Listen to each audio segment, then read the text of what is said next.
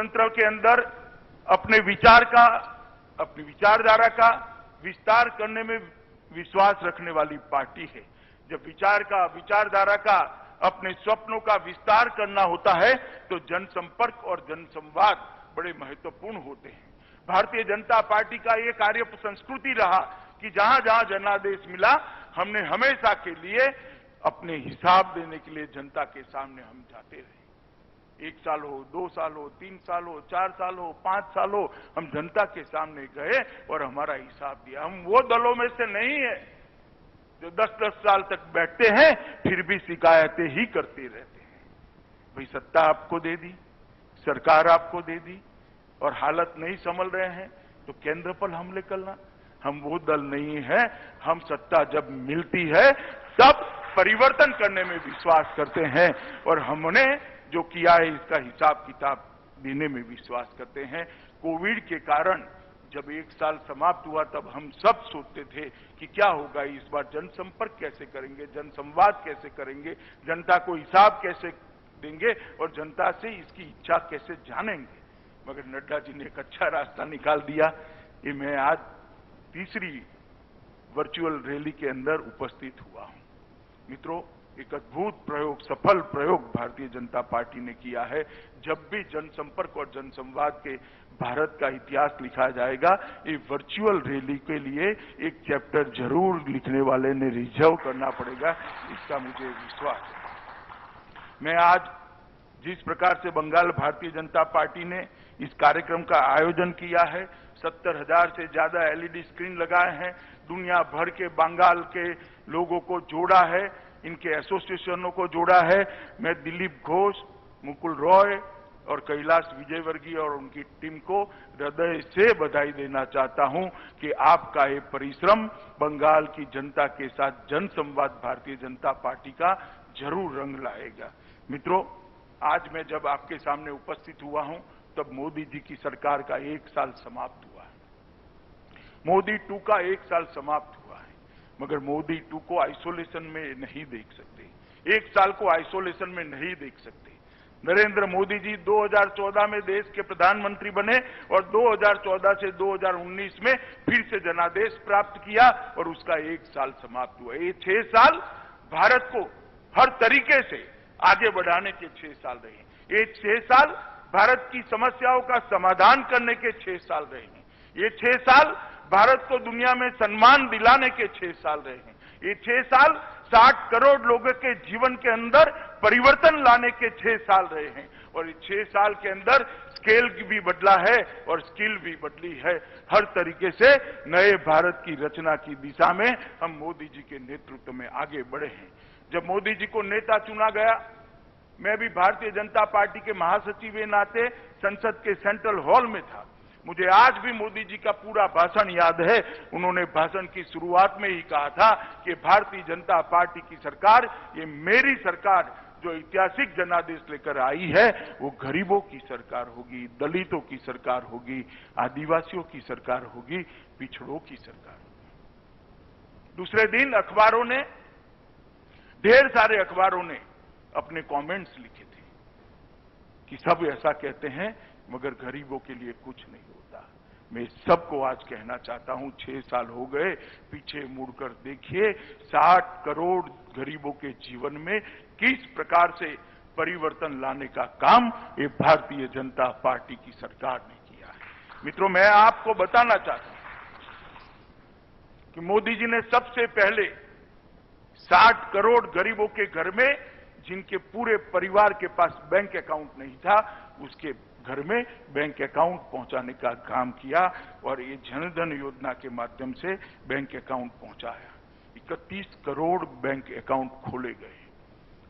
जब 31 crore bank account खोले गए, बहुत सारे नेताओं की टिप्पणियां मुझे याद है, राहुल बाबा की भी टिप्पणियां याद है। बैंक अकाउंट खोलकर करोगे क्या, अंदर रखोगे क्या? राहुल बाबा, जिसकी दृष्टि वक्र होती है उसको वक्र ही दिखाई पड़ता है। मैं सिर्फ आगे की बात नहीं करता, कोरोना के वक्त मोदी जी ने जो राहत भेजी है वो ही कहना चाहता हूं। 51 करोड़ लोगों के बैंक अकाउंट के अंदर 53 करोड़ों रुपया मोदी जी ने सीधा डीबीटी के माध्यम से पहुंचाने का काम किया है। मित्रों, ये पैसा अगर अकाउंट न होता तो किस तरह से पहुंचा। हर घर में जनधन अकाउंट खोला। 50 करोड़ भारतीयों के जीवन के अंदर स्वास्थ्य की सुविधाएं नहीं थी। 50 करोड़ भारतीयों की थी। अगर बीमारी आ जाती है तो ईश्वर ही मालिक होता था, परंतु जब मोदी जी आयुष्मान भारत योजना लेकर आए, 50 करोड़ भारतीयों के जीवन में एक नया उजाला आया। 5 लाख रुपए तक का स्वास्थ्य का पूरा खर्चा आज नरेंद्र मोदी सरकार उठा रही है। और मुझे कहते हुए आनंद है, 3 साल से कम समय के अंदर लगभग 1 करोड़ भारतीयों ने अपने ऑपरेशन इस योजना के माध्यम से सफलतापूर्वक कराया है और एक भी पैसे का खर्चा उनको नहीं लगा है। ये बंगाल के सारे कार्यकर्ता ताली बजा रहे हैं, खुशी व्यक्त कर रहे हैं, मगर बंगाल को इसका फायदा नहीं मिलता है, क्योंकि मोदी जी लोकप्रिय न हो जाए इसके डर से ममता दीदी आयुष्मान भारत योजना को बंगाल की धरती पर उतारना नहीं चाहती। मैं पूछना चाहता हूं ममता दीदी से, क्या बंगाल के गरीब का अधिकार नहीं है? क्या बंगाल के गरीब को अपने बूढ़े बाप का छोटे बच्चे की इलाज कराने का अधिकार नहीं है? आयुष्मान भारत योजना से बंगाली क्यों विमुख है? आपकी राजनीति करने के लिए बहुत सारे मैदान है ममता जी, कोई मैदान आप तय कर दो, कर लेंगे 2-2 हाथ। गरीबों के अधिकार को आप क्यों रोक कर बैठे? और मैं आज बंगाल की जनता को कहना चाहता हूं, ये सरकार बंगाल के गरीबों के अधिकार को रोक कर बैठी। हम किसानों को पैसा भेजना चाहते हैं, किसानों की सूची नहीं मिलती। हम गरीबों को आयुष्मान भारत योजना के माध्यम से 5 लाख तक स्वास्थ्य का खर्चा देना चाहते हैं। आयुष्मान भारत योजना बंगाल के अंदर लागू नहीं होती। किस प्रकार की व्यवस्था आप कर? राजनीति की भी एक हद होती है और आप हमें कह रही है हम राजनीति कर रहे हैं। देश भर ने आयुष्मान भारत योजना स्वीकार ली, अंत में अरविंद केजरीवाल जी ने भी स्वीकार ली, मगर ममता दीदी आप क्यों नहीं स्वीकार रही हो? बंगाल की जनता आपको पूछना चाहती है और मैं भी पूछना चाहता हूं। मगर मैं बंगाल वालों को आश्वस्त करना चाहता हूं, चुनाव समाप्त होने दीजिए। भारतीय जनता पार्टी के मुख्यमंत्री के शपथ के 1 ही मिनट के बाद आयुष्मान भारत योजना वहां पर लागू होगी। देश के अंदर गरीब के लिए गैस सिलेंडर एक स्वप्न था। गरीब मां, गरीब महिला, गरीब बच्ची टहनियां, कंडा जलाकर अपने खाना पकाती थी, धुएं से त्रस्त हो जाती थी। नरेंद्र मोदी सरकार ने 8 करोड़ गरीब माताओं के घर में गैस का सिलेंडर भेजा और 8 करोड़ घरों को धुएं से मुक्त करने का काम ये भारतीय जनता पार्टी की नरेंद्र मोदी सरकार ने किया है। मित्रों, मैं कहना चाहता हूं कि 8 करोड़ माताओं का आशीर्वाद आज नरेंद्र मोदी जी के साथ है। देश में आजादी के 70 साल के बाद 20,000 गांव ऐसे थे जहां पर बिजली ही नहीं थी। 2.5 करोड़ से ज्यादा घर ऐसे थे जहां लालटेन जलती थी। नरेंद्र मोदी जी ने दर्द को समझा कि 70 साल हो गए, लोकतंत्र के मायने ही क्या रह जाते थे जब 70 साल के बाद भी कोई गांव में बिजली का खंभा भी न हो, कोई घर के अंदर बिजली का बल्ब न लगे। मोदी जी ने योजना बनाई, सौभाग्य योजना। 2.5 करोड़ गरीबों के घर में मुफ्त बिजली का कनेक्शन पहुंचा और धुएं की तरह अंधेरों को भी घर से बाहर निकालने का काम भारतीय जनता पार्टी के नेता और देश के प्रधानमंत्री नरेंद्र मोदी। देश के 2.5 करोड़ लोग ऐसे हैं, 2.5 करोड़ परिवार ऐसे हैं जिन्होंने पहली बार बिजली देखी है। 10 करोड़ परिवार ऐसे थे जिनके घर में शौचालय नहीं थे। महिला हमेशा, घर की माताएं, बहनें, बच्चियां हमेशा शर्मसार होती थी। ये 10 करोड़ घरों के अंदर शौचालय पहुंचाकर ये महिलाओं को सम्मान देने का काम भारतीय जनता पार्टी की नरेंद्र मोदी सरकार ने किया है। 2.5 करोड़ लोग ऐसे थे जिनके पास घर नहीं था, अभी भी कुछ लोग हैं, मगर मोदी जी ने संकल्प किया है कि 2022 के पहले हर भारतीय को, हर भारत के नागरिक को हम एक पक्का घर देने का काम समाप्त कर देंगे। ये अभियान के तहत प्रधानमंत्री आवास योजना के तहत 2.5 करोड़ लोगों को, 15 लाख लोगों को, 2.5 करोड़ लोगों को घर दिया। बंगाल के अंदर 15 लाख लोगों को घर दिया। बंगाल के अंदर 82 लाख लोगों को उज्ज्वला का कनेक्शन दिया। 7.5 लाख लोगों को बंगाल के अंदर बिजली दी और 3.5 करोड़ लोगों के बैंक अकाउंट खोले गए हैं। ममता जी, हमारा आप हिसाब मांगती हो, मैं तो हिसाब लेकर आया हूं। आप कल जरा एक प्रेस कॉन्फ्रेंस कर आपके 10 साल का हिसाब दीजिएगा और ध्यान से दीजिएगा, कहीं बम धमाकों की संख्या मत बता दीजिएगा, बंद फैक्ट्रियों की संख्या मत बता दीजिएगा, भाजपा के मार दिए कार्यकर्ताओं की संख्या मत बता दीजिएगा। हिसाब लाना है तो विकास का लेकर आइए ममता दी, मैं आपको कहता हूं कल आप हिसाब लेकर आइए। भारत का गौरव मोदी जी ने दुनिया के अंदर बढ़ाने का काम किया। एक साथ 100 से ज्यादा उपग्रह छोड़ने वाला दुनिया में सर्वप्रथम राष्ट्र भारत बना। जीएसटी, इतने बड़े लोकतंत्र के अंदर 130 करोड़ की जनसंख्या और इतने बड़े आकार के अंदर 30 से ज्यादा राज्यों के यूनिट के अंदर जीएसटी को सर्वसहमति के साथ लगाकर दुनिया का सबसे बड़ा बिक्री कर सुधार भारतीय जनता पार्टी की नरेंद्र मोदी सरकार ने किया। मित्रों, एक जमाना था जब यूपीए की सरकार यहां पर चलती थी और यूपीए की सरकार चलती थी तब पाकिस्तान से हर रोज आतंकवादी घुसते थे, हमारे जवानों के सर काट कर ले जाते थे, दिल्ली के दरबार में कोई उफ तक नहीं करता था, माथे पर जूं नहीं रेंगती थी। आप लोगों ने नरेंद्र मोदी जी को 2014 में अधिकार दिया, भारतीय जनता पार्टी की सरकार बनी। उरी और पुलवामा में आतंकवादियों ने हमला किया, मगर इस बार स्थिति बदल गई थी। प्रधानमंत्री नरेंद्र मोदी थे, भारतीय जनता पार्टी की सरकार थी। कुछ ही दिनों में सर्जिकल स्ट्राइक और एयर स्ट्राइक कर पाकिस्तान के घर में घुसकर अपने जवानों के खून का बदला लेकर अपने नर बांकुरे, वीर बांकुरे वापिस, और दुनिया भर के अंदर एक संदेश भेजा कि भारत के जवानों का खून सस्ता नहीं है। अगर कोई हमारे जवानों के साथ छेड़खानी करेगा तो उसको परिणाम भुगतने पड़ेंगे। और मित्रों, इससे एक आतंकवाद के खिलाफ जीरो टॉलरेंस का संदेश गया है। और दूसरा दम शुरू होते ही 70 साल से कई मुद्दे ऐसे थे जिनको कोई छूने की हिम्मत नहीं करता था। वो मुद्दे देश की एकता और अखंडता के साथ जुड़े थे, देश की सुरक्षा के साथ जुड़े थे।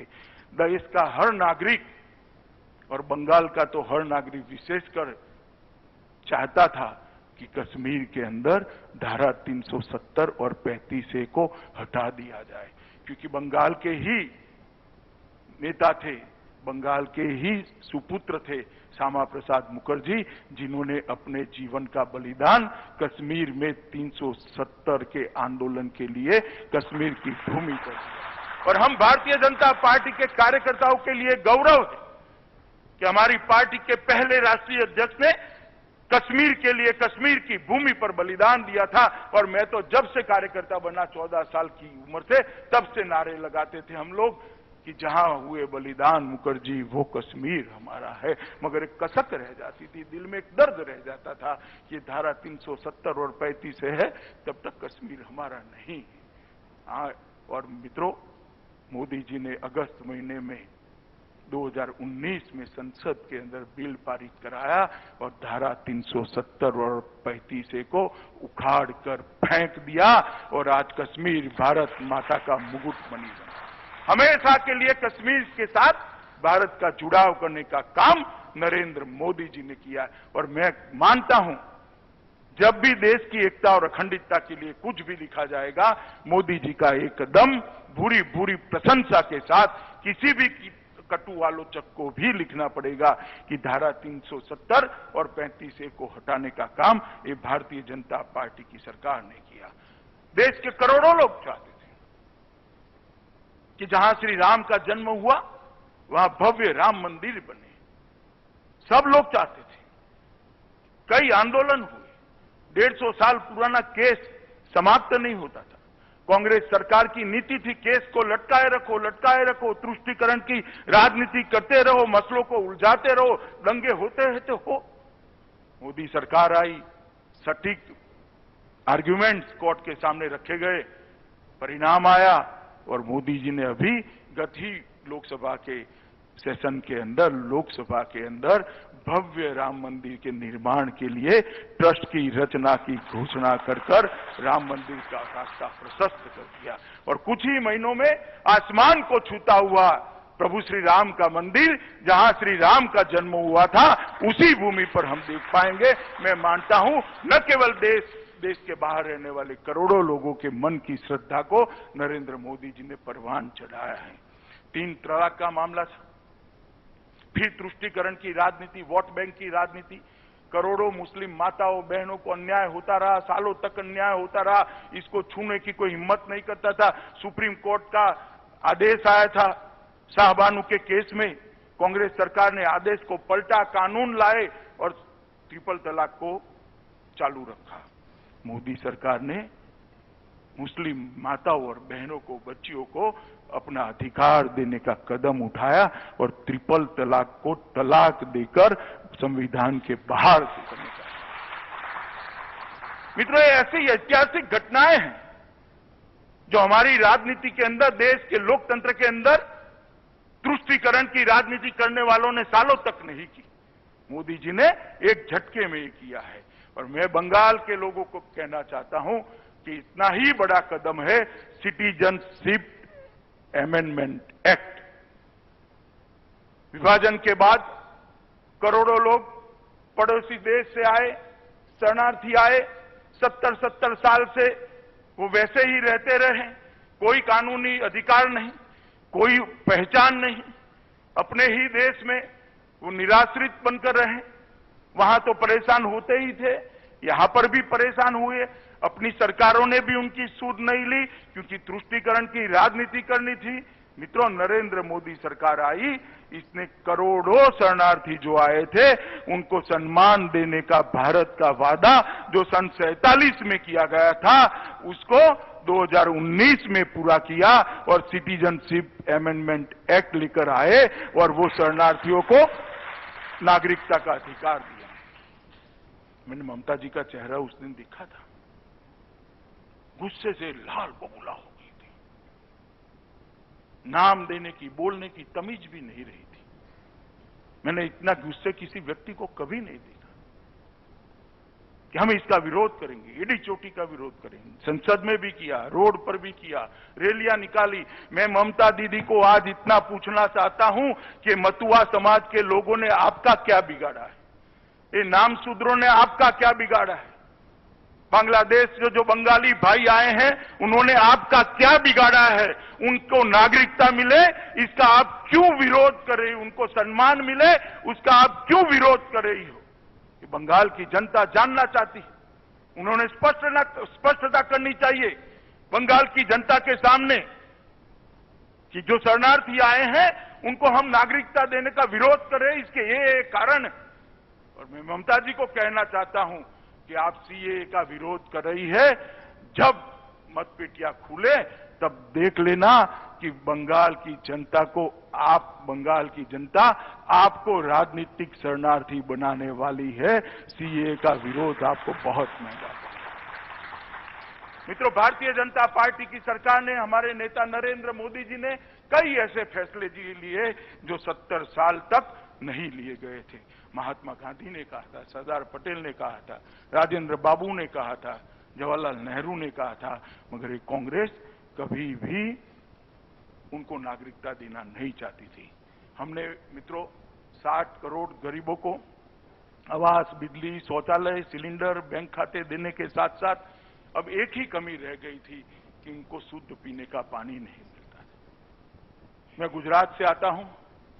पहले 80 के दशक में गुजरात के कई क्षेत्रों में फ्लोराइड हुआ करता था, आज तो नहीं है। जल संचय अभियान मोदी जी ने चलाया और गुजरात के अंदर फ्लोराइड निकल गया है।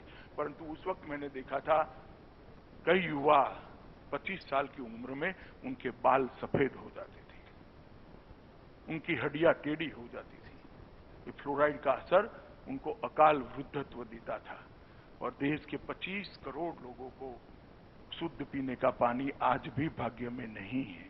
नरेंद्र मोदी सरकार ने 2019 में सरकार बनने के बाद सबसे पहला काम किया, जल शक्ति मंत्रालय का गठन किया और जल शक्ति मंत्रालय के माध्यम से देश के 25 करोड़ लोगों को शुद्ध पीने का पानी पहुंचाने का संकल्प किया।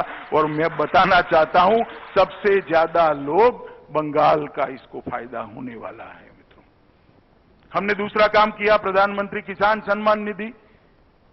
राहुल बाबा जब चुनावों में घूमते थे, किसानों का ऋण माफ करो, किसानों का ऋण माफ करो। लोक लुभावन वादे करने में कांग्रेस का कोई स्पर्धा में जीत ही नहीं सकता। मगर मैं आज बंगाल की जनता को बताना चाहता हूं कि यूपीए ने 10 साल में एक बार किसानों का ऋण माफ किया, 3.5 करोड़ किसानों को 60,000 करोड़ रुपया माफ किया। वो कहते हैं, आंकड़े कुछ और है, मगर इनका दावा मान भी ले तो 3.5 करोड़ लोगों को 60,000 करोड़ रुपया आपने माफ किया। राहुल बाबा, ध्यान से मेरी बात सुनना जरा। और मोदी जी ने हर किसान को 6,000 रुपया देने की बात की। 9.5 करोड़ किसानों के बैंक अकाउंट में 72,000 करोड़ रुपया पहुंच गया है और हर साल 6,000 रुपया पहुंचना है। मगर फिर से बंगाल वाले आप ताली मत बजाएं, क्योंकि किसानों का सूची जो राज्य सरकार ने केंद्र को देना चाहिए, ममता दीदी नहीं देती है। उनको डर है कि मोदी जी का 6,000 रुपया आ जाएगा तो मोदी जी लोकप्रिय हो जाएंगे। अरे ममता जी, राजनीतिक लड़ाई लड़ लेंगे, काहे को बंगाल के किसान को आप दुखी कर रही हो? वो बेचारे साइक्लोन का मारा हुआ है, कोरोना का मारा हुआ, उसको 6,000 रुपया चाहिए। आप क्यों बीच में रोड़ा बनी हो? एक सूची भेज दो। मैं आपको कहता हूं, विश्वास दिलाता हूं, शनिवार को सूची भेज दीजिए, हम सोमवार को पैसा भेज देंगे, हम तनिक मात्र देंगे। मगर इसमें आप राजनीति मत करिए, ऐसा मेरा कहना है। हमने छोटे दुकानदार, असंगठित क्षेत्र के मजदूर और श्रमिकों के लिए पेंशन की योजना की, व्यापारी कल्याण बोर्ड का गठन किया, अलग से मछुआरा विभाग बनाया, जिसका सबसे बड़ा फायदा बंगाल को भी हो सकता है। और तीनों सेनाओं के बीच में अगर युद्ध आता है, आपातकाल आता है या रणनीति बनानी है, सैन्य की तैयारियां करनी है, सैन्य को सुसज्ज करना है, आधुनिकीकरण करना है, सब चीजों के लिए एक कोऑर्डिनेशन की बहुत जरूरत थी। चीफ ऑफ डिफेंस स्टाफ की योजना तो अटल जी के समय में बनी, मगर उसका इम्प्लीमेंटेशन नहीं होता था। 2019 में मोदी जी ने चीफ ऑफ डिफेंस स्टाफ का गठन कर दिया और आज सीडीसी काम कर रहे हैं और हमारी सेनाओं को आधुनिक करने का अभियान आज चल रहा है। 1 रैंक 1 पेंशन की मांग भी हमने पूरी कर दी।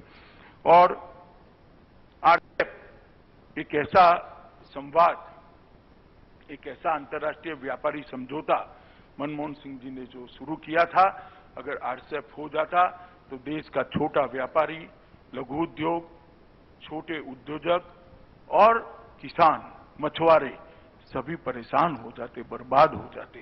जब ये बात मोदी जी के सामने आई, तब आरसीईपी की मीटिंग में उन्होंने कहा कि मैं महात्मा गांधी की भूमि से आता हूं, गरीब किसान, छोटे व्यापारी, छोटे उद्योजक को इनके हितों के खिलाफ मैं काम नहीं कर सकता, मेरे पशुपालक और मछुआरों के खिलाफ मैं काम नहीं कर सकता, इसलिए मेरी आत्मा मुझे परमिशन नहीं देती है कि मैं आरसीईपी पर दस्तखत करूं।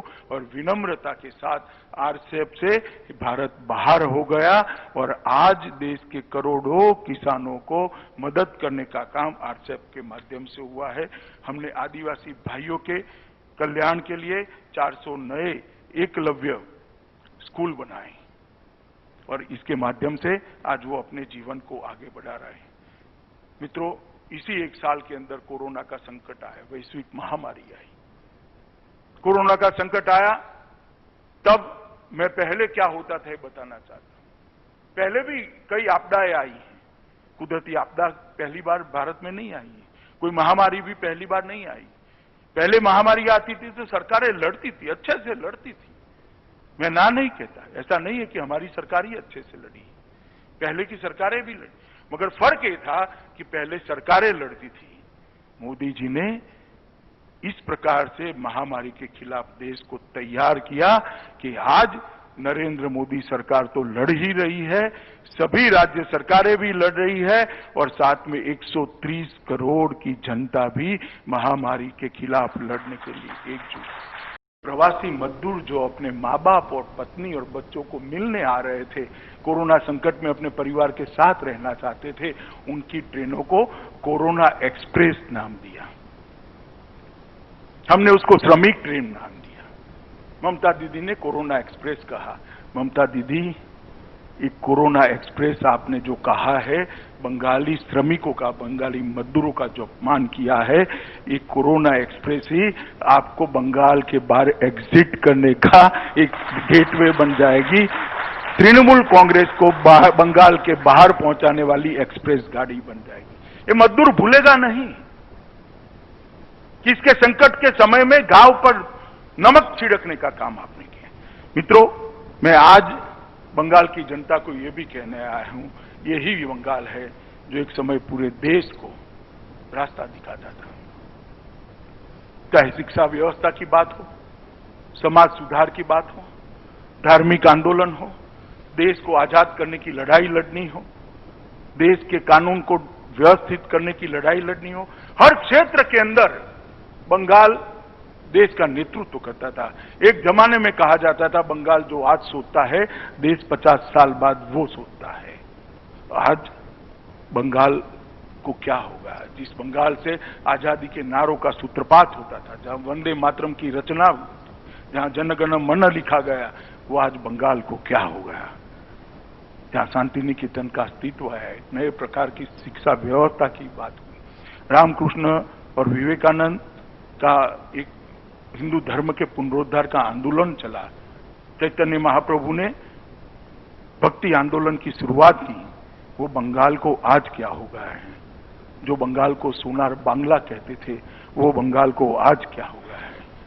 जहां रविंद्र संगीत की धुन सुनाई देती थी, गूंज सुनाई देती थी, वो बंगाल आज बम के धमाकों से दहल कर रह गया है। गोलियों की आवाज, लोगों की चीखों से, हत्याओं से सुन्न रह गया है। कौमी दंगों से इसकी आत्मा को बहुत बड़ी क्षति पहुंची है। सर्वधर्म समभाव के लिए सबसे अच्छा उदाहरण बंगाल का दिया जाता था। वो बंगाल को तुष्टीकरण की ओछी राजनीति कर किसी एक समुदाय के लिए ही प्रायोरिटी देने का काम आज बंगाल के अंदर हो रहा है। सोनार बांग्ला के जगह कम्युनिस्ट पार्टी पहले 2.5 दशक तक और अब 1 दशक तक तृणमूल कांग्रेस बंगाल को गरीबी की दिशा में ढकेलने का काम कर दिया है। भ्रष्टाचार, टोलबाजी, राजनीतिक हिंसा, सत्ता, स्वार्थ, सिंडिकेट, संपत्ति, ये 4 एस के आधार पर तृणमूल कांग्रेस ने कम्युनिस्टों को भी अच्छा कहलाई इस प्रकार का शासन किया है। मित्रों, मैं बंगाल की जनता को कहने आया हूं कि क्या राजनीतिक हिंसा कभी बंगाल का आभूषण बन सकता है क्या? राजनीतिक परिवर्तन का माध्यम हिंसा हो सकती है क्या? किसी की रैली न करने देना, किसी से बात। अब ममता जी, अब क्या करोगी? चलो, हम तो वर्चुअल रैली से बंगालियों से बात कर रहे हैं, अब आप क्या करोगी? रोड लोग रोक देंगे, हेलीकॉप्टर रोक देंगे। ममता जी, आप परिवर्तन को नहीं रोक सकती। मैं बंगाल की जनता को पूछना चाहता हूं कि भारतीय जनता पार्टी के 100 कार्यकर्ताओं पर जानलेवा हमले हुए, जाने गई, कई सैकड़ों कार्यकर्ता घायल हुए, ये लोकतंत्र है क्या? पत्रकारों पर फर्जी एफआईआर लगाई जाती है, प्रचार माध्यमों को मजबूर किया जाता है कि पत्रकारों को निकाल दो क्योंकि वो दीदी के खिलाफ लीड रहे हैं। होमगार्ड को एक पार्टी की सेना बनाकर रख दिया। ये बंगाल को लोकतंत्र की दिशा में ले जाने की दिशा में बंगाल की जनता को पूछने आए। और ममता दीदी को मैं कहना चाहता हूं, ममता दीदी, हिंसा का कीचड़ जितना फैलाओगी, भाजपा का कमल इतना ही प्रदीप्त होकर बाहर। हम हिंसा से डरने वाले लोग नहीं है। बलिदान का मेरी पार्टी का इतिहास है। मेरे पहले राष्ट्रीय अध्यक्ष ने, बंगाल के सपूत श्यामा प्रसाद मुखर्जी ने कश्मीर की भूमि पर बलिदान दिया है, संस्कार हमें दिया है। आप हमें रोक नहीं सकती, आप हमें दबा नहीं सकती। बंगाल की जनता से संवाद करने से हमें रोक नहीं सकती हो। मित्रों, और कितना भ्रष्टाचार, हा, भ्रष्टाचार की तो कोई सीमा ही नहीं रही। इतना भ्रष्टाचार कि मैं आपको गिनाते गिनाते थक जाऊं। ढेर सारे भ्रष्टाचार के किस्से मेरे पास है। वो सब तो ठीक है, मगर आप अम्फान तूफान और कोरोना में भी अगर भ्रष्टाचार करते हो तो मुझे लगता है कि बंगाल की जनता आपको माफ नहीं करेगी। कानून और व्यवस्था की स्थिति पूरी चरमरा है। बीजेपी के सांसदों पर केस करते हैं, घर के अंदर बंद कर देते हैं, विधायकों को सेवा करने से आप रोक रहे हो, संपर्क करने से रोक रहे हो। ये लोग नहीं देख रहे क्या? हुबली, टोलीनापाड़ा, मालदा, वहां ऐसे संकट के काल में भी दंगे हुए, बॉम्ब धमाके, घुसपैठ, गाय तस्करी, नारकोटिक्स की तस्करी, ये बंगाल के अंदर खुली छूट दे दी गई है। मित्रों, मैं आज बंगाल की जनता को कहने आया हूं, ये परिस्थिति को हमें बदलना पड़ेगा। और ममता दीदी के आर्थिक कुप्रबंधन ने बंगाल को बहुत पीछे धकेल दिया है। बंगाल जो सबसे बड़ा जीडीपी का कंट्रीब्यूटर होता था, वो आज बहुत पीछे पड़ गया है। बंगाल को आगे ले जाने के लिए सत्ता परिवर्तन की जरूरत है। आपने कम्युनिस्टों को इसलिए निकाला था कि बंगाल का विकास रुका था, मगर शायद आज बंगाल के बहुत सारे लोग मुझे कह रहे थे, इनसे तो कम्युनिस्ट भी अच्छे थे। आपने कम्युनिस्ट को मौका दिया, कुछ नहीं हुआ। ममता को मौका दिया, कुछ नहीं हुआ। एक बार मोदी जी को और भारतीय जनता पार्टी को मौका दीजिए, हम सोना और बंगला बनाएंगे। और उदाहरण है, बिहार बीमारू राज्य माना जाता था, एनडीए की सरकार आई, आज बिहार विकास के रास्ते पर चल पड़ा है। मध्य प्रदेश बीमारू राज्य माना जाता था, आज मध्य प्रदेश विकसित राज्य बना है। छत्तीसगढ़ 24 घंटा बिजली पहुंच चुकी विकसित राज्य है। राजस्थान बीमारू राज्य माना जाता था, भाजपा को 10 साल शासन दिया, राजस्थान विकास के रास्ते पर है। और उत्तर प्रदेश सबसे बदहाल स्टेट माना जाता था। योगी जी की सरकार को अभी 3 ही साल हुए हैं, 3 साल में उत्तर प्रदेश विकास के रास्ते पर चल पड़ा है। जहां जहां भारतीय जनता पार्टी की सरकारें हुई, विकास का रास्ता प्रशस्त हुआ है। मोदी जी ने भी बंगाल के लिए बहुत सारा काम किया है।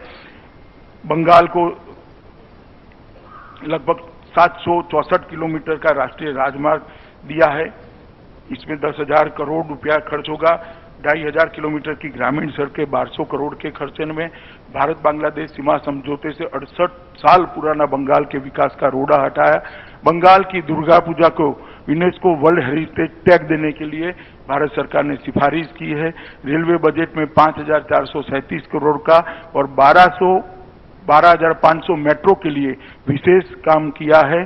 जनवरी 2015 में स्वामी विवेकानंद ट्रेन का शुभारंभ किया। केंद्रीय सहायता से पश्चिम बंगाल में हावड़ा, न्यू टाउन कोलकाता, मध्यम ग्राम सोलर सिटी, 3 सोलर सिटी विकसित किए जा रहे हैं। बनपुर स्थित सेल के इसको स्टील प्लांट का आधुनिकीकरण किया जाता है, क्षमता 3 गुना बढ़ेगी। लगभग सागरमाला के 41 प्रकल्प हमने शुरू किए हैं। और मैं कुछ आंकड़े भी देना चाहता हूं मित्रों कि मोदी जी की सरकार आई, उसके पहले मनमोहन सिंह जी की सरकार थी। 13वें वित्त आयोग में बंगाल को मनमोहन सिंह जी की सरकार ने 1,32,783 करोड़ रुपया, मैं फिर से रिपीट करना चाहूंगा, 1,32,783 करोड़ रुपया 5 साल में दिया था। और नरेंद्र मोदी सरकार ने 14 से 19 तक 5 साल के अंदर 4,48,214 करोड़। मगर मैं पूछना चाहता हूं, बंगाल का विकास हुआ है क्या? ये पैसे कहां गए? सिंडिकेट की भेंट चढ़ गए, टोलबाजी में चले गए। अगर ये विकास को नीचे तक पहुंचाना है तो मुझे लगता है कि हमें वहां परिवर्तन करना पड़ेगा। और ये परिवर्तन भारतीय जनता पार्टी ही कर सकती है और कोई नहीं कर सकता है। मित्रों, मैं आज इस वर्चुअल रैली के माध्यम से करोड़ों बंगालियों का आह्वान करना चाहता हूं कि कम्युनिस्ट और तृणमूल दोनों को आपने आजमाया है, एक मौका भारतीय जनता पार्टी को दीजिए। एक 5 साल की सरकार के बाद बंगाल में भ्रष्टाचार नहीं होगा, टोलबाजी नहीं होगी, घुसपैठ नहीं कर पाएंगे, परिवारवाद समाप्त हो जाएगा, बेरोजगारी समाप्त हो जाएगी, हिंसा बंगाल की सीमाओं के बाहर हम छोड़कर आएंगे, आतंक बंगाल के अंदर घुस नहीं पाएगा। और बम की फैक्ट्री वाले जो है वो पहले ही जीत की काउंटिंग होते ही बंगाल छोड़ने के लिए अपना बिस्तरा बोरी उठाने का काम। इस प्रकार की बंगाल की रचना करनी है तो मोदी जी को अधिकार देना पड़ेगा, भारतीय जनता पार्टी को अधिकार देना पड़ेगा। मैं आज आपको एक हिंदी की मशहूर कविता दिखाना चाहता हूं, सुनाना चाहता हूं। मित्रों, कुछ पंक्तियां जरूर पढ़ूंगा क्योंकि भारतीय जनता पार्टी वहां सिर्फ आंदोलन करने के लिए नहीं आई। मैं कविता पढ़ना चाहता हूं और हिंदी में है, मगर मैं मानता हूं कि आप मेरी ये सुंदर कविता किसी कवि की है, इसका अर्थ समझेंगे। हो गई है पीर पर्वत सी पिघलनी चाहिए, इस हिमालय से कोई गंगा निकलनी चाहिए। एक पीड़ा का पहाड़ है, वहां से गंगा निकालने की कवि बात कर रहा है।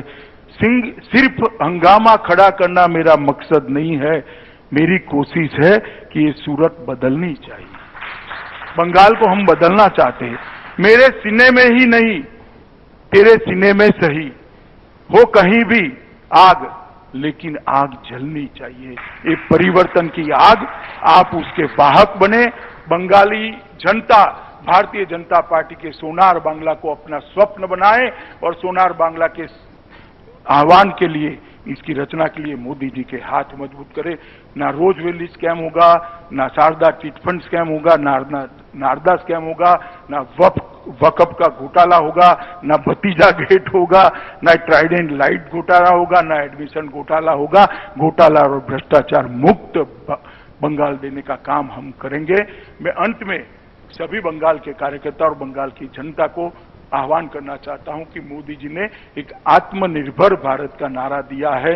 आत्मनिर्भर भारत तभी बन सकता है, देश की पूरी जनता 130 करोड़ लोग स्वदेशी चीजों का, स्वदेशी उत्पादों का ही उपयोग करे। मैं बंगाल की जनता को कहना चाहता हूं, लोकल का उपयोग करिए, लोकल के लिए वोकल बनिए और मोदी जी के नेतृत्व में आत्मविश्वास से जगमगता आत्मनिर्भर भारत बनाइए। मोदी जी के नेतृत्व में सोनार बांग्ला बनाइए और आप सब इकट्ठा होकर एक ऐसा परिवर्तन करिए जो बंगाल को फिर से एक बार भारत का पथदर्शक बनाए। यही आप सबसे अभ्यर्थना है।